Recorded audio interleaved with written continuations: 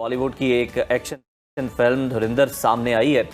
समस्या नंबर 1, इस फिल्म में इस कदर वायलेंस और इस कदर अग्रेशन है। अरे आंटी, वायलेंस की बात तो आप नहीं करो तो ही अच्छा है। इस फिल्म में उतना वायलेंस तो नहीं है जितना आप खुलेआम छोटे छोटे बच्चों के सामने कुर्बानी के नाम पे बीच चौराहे पे जानवरों को ज़िबह कर देते हो और बाकायदा आजकल तो उसकी वीडियो भी बना के डालते हो। आप लोगों से मतलब है आप लोगों के कम्युनिटी वाले। तब आपका वायलेंस का ज्ञान कहाँ चला जाता है। उसके अंदर आपको राइट विंग की आइडियोलॉजी जो है, पॉलिटिक्स, वो भी आपको डोमिनेंट नजर आती है। तो ये चीजें और इस्लामोफोबिया सबसे बढ़कर, तो ये ठीक नहीं है। विश्व गुरु का स्टेटस छोड़ के तालिबान से भी नीचे जा चुके हैं। चीमा साहब देखे डेड एंड पे ले आए हैं पूरी कौम को। एक बहुत बड़ा कंट्री भारत, एक बहुत बड़ा कंट्री, इन्होंने धज्जियां उड़ा दी, उसके इमेज की धज्जियां उड़ा दी। ये वो कह रहे हैं जी। दूसरी सबसे बड़ी समस्या है कि पाकिस्तान के नाम पर मुसलमानों का विरोध, चाहे अल्लाह अकबर जैसे पाक नारे का गलत इस्तेमाल किया गया हो कि आतंकवादी चिल्ला के कह रहे हैं अल्लाह अकबर, या नमाज पढ़ के एक छोटा टीनेज लड़का जाके आतंकवादी घटना को अंजाम देता है। अरे आंटी, जब पिक्चर पाकिस्तान के ऊपर बनेगी तो क्या उसमें पाकिस्तानियों को जय श्री राम बोलते दिखाया जाएगा? और रही बात नारे की, तो क्या ये जितने भी आतंकी हैं ऐसे ही नारे करके अपने आप को या पब्लिक में ब्लास्ट नहीं करते? हकीकत तो यही है कि मिर्ची इसीलिए लग रही है कि जो सच है वही यह फिल्म दिखा रही है।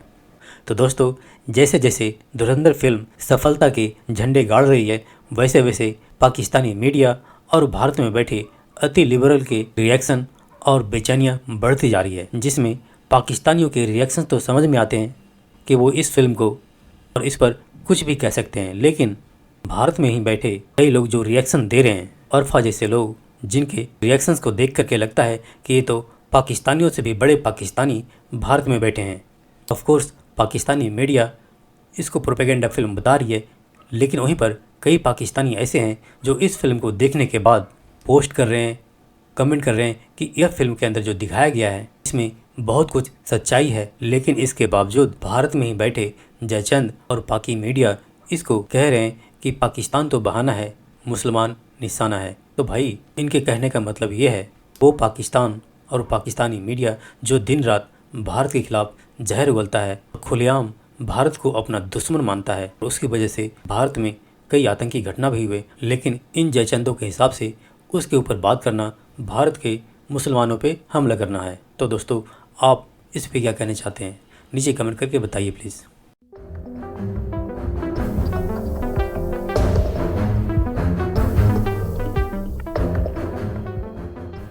समस्या नंबर 1, इस फिल्म में इस कदर वायलेंस और इस कदर अग्रेशन है कि पूरे तरीके से जब आप फिल्म देखकर लौटते हैं तो न सिर्फ कि आप एक ख़ास समुदाय से नफ़रत करते हैं, उस समुदाय के जितने भी सिंबल्स हैं उनसे नफ़रत करते हैं, उनकी भाषा से, उनके रहन सहन से, उनके बिलीफ सिस्टम से, बल्कि आप किसी भी चीज़ से नफ़रत कर सकते हैं। हिंसा के बाद हिंसा सबसे बड़ी समस्या है। दूसरी सबसे बड़ी समस्या है कि पाकिस्तान के नाम पर मुसलमानों का विरोध, कि जिस तरह से इस फिल्म में मुस्लिम संकेतों का इस्तेमाल किया गया है, चाहे अल्लाह अकबर जैसे पाक नारे का गलत इस्तेमाल किया गया हो कि आतंकवादी चिल्ला के कह रहे हैं अल्लाह अकबर, या नमाज पढ़ के एक छोटा टीनेज लड़का जाके आतंकवादी घटना को अंजाम देता है।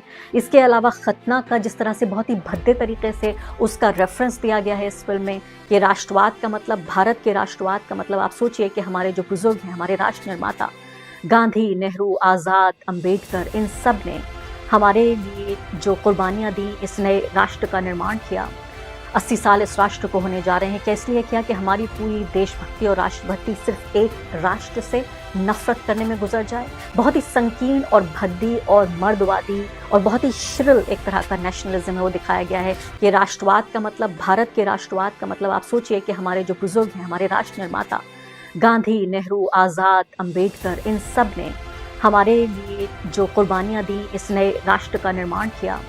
80 साल इस राष्ट्र को होने जा रहे हैं। क्या इसलिए किया कि हमारी पूरी देशभक्ति और राष्ट्रभक्ति सिर्फ एक राष्ट्र से नफरत करने में गुजर जाए? बहुत ही संकीर्ण और भद्दी और मर्दवादी और बहुत ही श्रिल एक तरह का नेशनलिज्म है वो दिखाया गया है।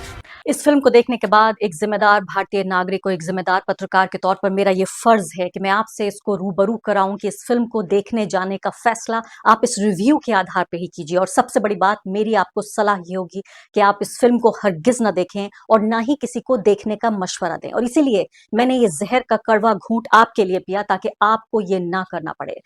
इस फिल्म में इस कदर वायलेंस और इस कदर अग्रेशन है कि पूरे तरीके से जब आप फिल्म देखकर लौटते हैं तो न सिर्फ कि आप एक खास समुदाय से नफरत करते हैं, उस समुदाय के जितने भी सिंबल्स हैं उनसे नफरत करते हैं, उनकी भाषा से, उनके रहन सहन से, उनके बिलीफ सिस्टम से, बल्कि आप किसी भी चीज से नफरत कर सकते हैं। ऐसे ही जो हमारी राजनीति है 56 इंच के सीने की राजनीति, जिसे मर्दवादी राजनीति कहते हैं, भारत ही नहीं पूरी दुनिया में, चाहे वो डोनाल्ड ट्रंप हो या पुतिन हो या फिर ये हमारे नरेंद्र मोदी हो, ये जो मजबूत जो मर्द हैं, जो पुरुष हैं, उनकी जो बेहद मर्दवादी जो राजनीति है, मिसोजिनिस्टिक, एंटी वुमेन पॉलिटिक्स, उसी के तौर पर उसी का एक फिल्मी वर्जन देखने को मिलता है। 3.5 घंटे की कई बार मेरी दोस्त ने मेरी आंखें ढकी कि तुम मत देखो, ये इतना बुरा सीन है, और कई बार मैंने उन्हें बातों में उलझाया ताकि वो सीन न देखें। बॉलीवुड की एक एक्शन फिल्म धुरिंदर सामने आई है जिस पर सोशल मीडिया पर बहस चल रही है, और इस फिल्म की कहानी का मरकज भारत नहीं बल्कि कराची की सबसे बड़ी कच्ची आबादी ले आ रही है। और भारत की जानिब से पाकिस्तान और इस्लाम मुखालिफ बातें हम देखते हैं, कोई नई बात नहीं है। इस फिल्म में बदनामे ज़माना रहमान डकैत, खिलजी और शहीद पुलिस ऑफिसर चौधरी असलम का किरदार नुमाया देखा गया है और बड़ी जी पजीराई भी मिल रही है। और साथ ही फिल्म में जनाब पाकिस्तान पीपल्स पार्टी के जलसे के मनाजिर भी दिखाए गए हैं। अपनी मर्जी का एंगल दिया गया है जिस पर सोशल मीडिया पर शदीद बहस भी जारी है। बिल्कुल ऐसी ये चीज देखिए, भारत का सिनेमा जो है, क्योंकि अगर मेहनत नहीं करनी आपने तो आप स्टीरियोटाइप्स पे सोचेंगे, आप उसी इंफॉर्मेशन के ऊपर सोचते रहेंगे जो कि आपके पास पहले से मौजूद है या जिसको आप यकीन करना चाहते हैं। और हम देख रहे हैं कि ये जो एक स्टीरियोटिपिकल इमेजिनेशन है उनकी, जो कि राइट विंग भी है, टॉक्सिक मैस्कुलिनिटी के ट्रेसेस भी उसके अंदर आपको नजर आते हैं। उसके अंदर आपको राइट विंग की आइडियोलॉजी जो है, पॉलिटिक्स, वो भी आपको डोमिनेंट नजर आती है। तो ये चीजें, और इस्लामोफोबिया सबसे बढ़कर, तो ये जो है, ये चीजें बहुत तेजी से हिंदुस्तान के सिनेमा को नुकसान पहुंचा रही हैं, उसको खाती जा रही हैं। और फिर आप ये देखिए कि बड़े इंटरेस्टिंगली मैं अभी देख रहा था कि अनुपमा चोपड़ा, जो कि एक बहुत अच्छी क्रिटिक हैं, फिल्म के रिव्यूज वगैरह किया करती थी हिंदुस्तान की, उन्होंने जो इस फिल्म का रिव्यू किया जिसमें उन्होंने इस फिल्म को क्रिटिसाइज किया फॉर एक्स्ट्रा वायलेंस, फॉर एक सर्टेन तरह का नैरेटिव, इस्लामोफोबिया, उनको अपना रिव्यू जो है वो यूट्यूब से हटाना पड़ा।